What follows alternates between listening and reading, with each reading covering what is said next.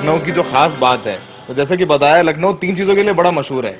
अपनी तमीज तहजीब के लिए, टुंडे कबाब के लिए और अपने चिकन के काम के लिए, चिकनकारी के। और देखिए मालिनी जी ने भी चिकन पहना हुआ है और बिल्कुल लखनऊ के रंग में रंगी हुई है मालिनी जी। कुछ बताइए चिकन के इतिहास के बारे में, चिकन के बारे में, कपड़ों के बारे में यहाँ के कुछ।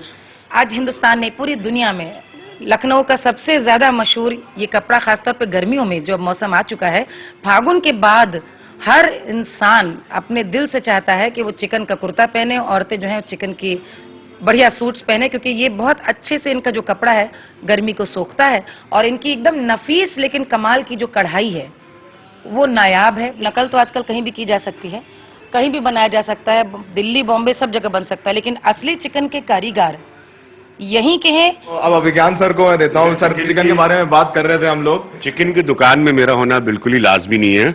इतने एक अच्छे कलाकार के साथ साथ मालिनी एक बहुत अच्छी इंसान है, तो इनको बेहतर था कि ये एक्सप्लेन करे। तो सर ये बताइए कि आजकल लोग चिकन खाना ज्यादा पसंद करते हैं, पहनना भी पसंद करते हैं?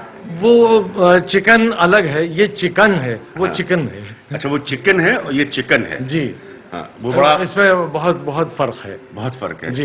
अच्छा। अब इसका एक तो यह है कि चिकन नाम कैसे पड़ा है, इसके लिए कोई अभी ऑथेंटिक बात सामने नहीं आती हिस्ट्री में, लेकिन ज्यादातर यही माना जाता है कि नूरजहां ये कुछ कारीगर लेके आई थी अफगानिस्तान से, हाँ। जिन्होंने ये आर्ट यहाँ के ऊपर फैलाया।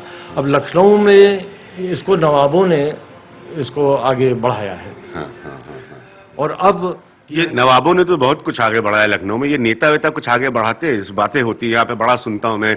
एनजीओ हैं, इस पर बहुत लिखा गया, काम किया गया टेलीविजन में।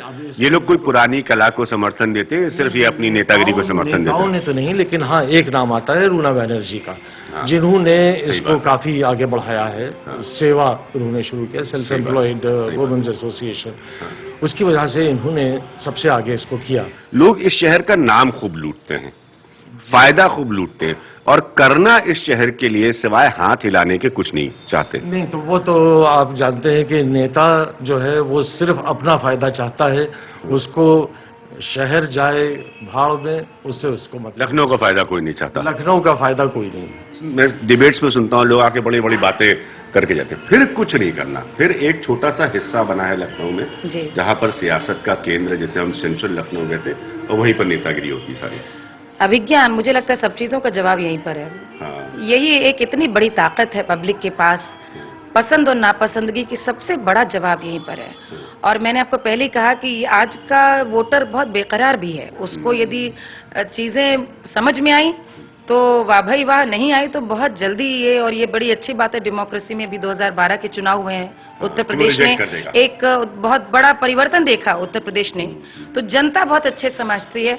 लखनऊ का वोटर कुछ, लेकिन मैं आपको ये दावा कर सकती हूँ, बोल के नहीं देगा। बहुत शाइस्ता लोग हैं यहाँ के, बहुत शाइस्ता लोग हैं। रिक्वेस्ट है मालिनी जी से कि कुछ लखनऊ की नफासत और सियासत को मिलाकर कुछ सुनाए हमको। ये माइक मेरे हाथ में बढ़िया नहीं लगेगा, मैं उनको हैंड ओवर कर रहा हूँ। ये लीजिए। आप जानते हैं अवध की खासियत रही है सूफियाना कव्वालियाँ, और कव्वालियों की कुछ बड़ी लोकप्रिय धुनें हैं। तो हम लोगों ने जो जन जन तक जाकर के ये मतदाता जागरण अभियान चलाते हैं, उसमें उनको लोगों को जगाने के लिए पॉपुलर धुन लेते हैं। उसमें एक गाना बनाया गया जो हमारे जो सीईओ है इलेक्शन कमीशन के, उन्होंने खुद ही उसको लिखा और उसको मैंने गाया, बड़ा पॉपुलर है।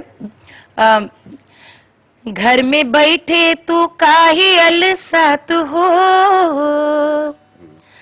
घर में बैठे सुनो गजर क्या कहता है, सुनो जमाना क्या कहता है। सभी लोगों से जो चुनाव में खड़े हुए हैं, वोटरों की ओर से, और वोटरों को क्या है, घर में बैठे तू काहे अलसात हो, घर में बैठे तू काहे अलसात हो, वोट डारे काहे नहीं जात हो, लाइन लगने में लाइन लगने में काहे लजात हो, वोट डारे काहे नहीं जात हो, घर में बैठे तू काहे अलसात हो, वोट डारे काहे नाही जात हो, लोकतंत्र का रखना ख्याल, करना अपने हक का इस्तेमाल, जिम्मेदारी पे ना उठे सवाल हो, जिम्मेदारी पे ना उठे सवाल हो, थोड़ी मेहनत से काहे घबरात हो, घर में बैठे तू काहे अलसात हो, वोट डारे काहे नाही जात हो, लाइन लगने में काहे अलसात हो, वोट डारे काहे नाही जात हो। माननीय ऐसा कोई गाना नहीं है जो नेताओं के लिए भी आप गा सकती हो कहने के लिए कि ये वोट मांगने के बाद और सीट जीतने के बाद वापस काहे नहीं जाते हो, ऐसा कोई नहीं, क्योंकि नेताओं की बड़ा खासियत है भाई। वैसे हमारे यहाँ के देश के सांसद हैं, इनका ट्रैक रिकॉर्ड उठा के देख लीजिए, हिसाब करके जब ये जीत जाते हैं अपनी कंस्टिट्यूएंसी, उसके बाद ये 5 साल में, मुरली मनोहर जोशी के बारे में हाल में कहा जाता था कि ये बनारस में ईद का चांद थे। तो नेताओं के लिए ऐसा भी एक होना चाहिए कैंपेन जहां पर कहा जाए कि भाई जीतने के बाद वोटर के पास काहे नहीं जाते हो,